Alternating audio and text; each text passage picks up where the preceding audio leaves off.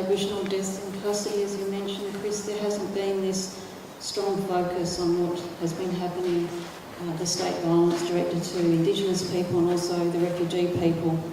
So it is really significant for that reason. It's been a long time since that report was handed down to largely gather dust, and more recently with the private consulting firm, I understand, reviewing the recommendations. We're really not being honest in Australia about respect for human rights in that context. This site, though, is much more a people's place of Indigenous stories, Indigenous art, the refugee people also impacted by state violence. I think to just place it in a personal context, for me as growing up as a Noongar person in Perth, this was very commonplace, violence by police. My family spoke about police running through their houses without warrants. And before I was in my 20s or early 30s, there were two members of my extended family, one who was quite young, who had died in police and prison custody. And we had, of course, a terrible case acknowledging young John Pat, who was only a 16-year-old boy when off-duty police attacked him in the streets of Roban, and he was acquitted by, they were all acquitted by a jury made up of non-Aboriginal people. This week there was the rally for the family of young TJ Hickey, who died, I think it was 15 years ago, and there was still no justice there, and it was made clear at the rally, including by the Greens politicians who took up a petition, that no police or prison officers have ever been held accountable for any one death. The lies of the justice system.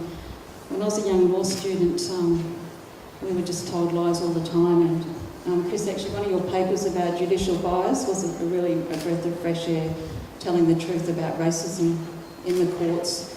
And I remember as a law student also feeling inspired by an Aboriginal artist who did a painting of a courtroom which showed one white person in the dock and everyone else was Aboriginal. And I had that against my desk to keep me going through those many years. We read the names out, and these are real people.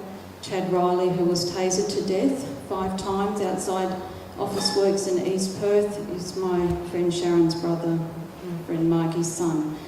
And Chad was a very sick man. This is about 2 years ago now. He was released from Royal Perth Hospital that morning. He probably shouldn't have been released from the hospital, and he slumped outside the Office Works building, and an ambulance was called to help him, and police arrived and repeatedly tasered him till he died. And in the last year or so too, I read in the paper of boys that died drowned in the Swan River, and I knew straight away, as did everyone else, that they were Noongar boys, and they were. And since that time we had a new police commissioner who's apologised, but these apologies are going to mean nothing if people can keep killing and acting with impunity. Going back to the Royal Commission, it was very significant. There were Aboriginal prominent people involved. At the same time, as we look back, we know now that the issue of gender justice for Aboriginal women was not really recognised in that Royal Commission, and that was a reflection of the politics predominant at that time, which are now changing. I think slowly with some resistance, though obviously, as we've just heard, there's still big blind spots there. We know Aboriginal women now are the fastest growing prison population in Australia. In West Australia, Aboriginal women make up more than 50% of all women in prisons in WA. And I went out to the prison last week to meet an Aboriginal woman who's my niece's auntie from remote Kimberley region, who got a racist sentence. It was a self-defence crime, and she got murder, 12 years with no parole, even though the judge acknowledged she'll die in prison. A white woman judge did that to her, so we have to try and fight for justice for Jodie Gore. So the case study for Ms Dhu focuses on her death and her life as a young Aboriginal woman. And it's so important that we address human rights claims from the intersectional perspective. We're not one-dimensional people. And during the coronial inquest, I worked with the deaths in custody for submission to the coroner, who was quite hostile through that process with Sharon Dev and the National Justice Project. And felt very strongly and urged this group that we're going to do a proper acknowledgement here of what her situation was, and that included that she was a victim of intimate partner violence at the time that she was dying in that jail cell. And her family, you know, they did acknowledge this. The man was actually subject to a violence restraining order for a previous partner, and her whole identity as a woman suffering this kind of violence was being completely ignored as she was dying as a victim of crime, actually, in the Port Hedland lockup. And so I don't think the coroner, you know, she didn't, of course, do any decent job on really acknowledging this sort of violence that Indigenous women face, the racism that killed her. It's really basically a whitewash. And this kind of racism, systemic prejudice and neglect that Indigenous women face, it's endangering women's lives every day.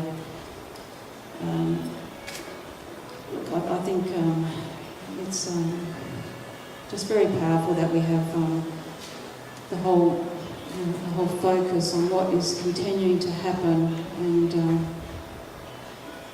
within the case study of Ms Dhu, I just want to acknowledge the Pilbara Aboriginal Girls Choir have a lovely song recorded there with Cat Felix, showing the love and the respect and the memory that the community, they say for Sister Ms Dhu, Julieka, and also that solidarity shown by Cat Felix, who's a non-Indigenous musician.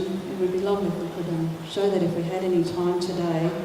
And we've mentioned already, of course, our resistance as Indigenous people, and this is absolutely part of it. I think the elders and leaders would always say, and still say, that we keep our fires for justice burning, and that's really what this site and the work of people is doing today.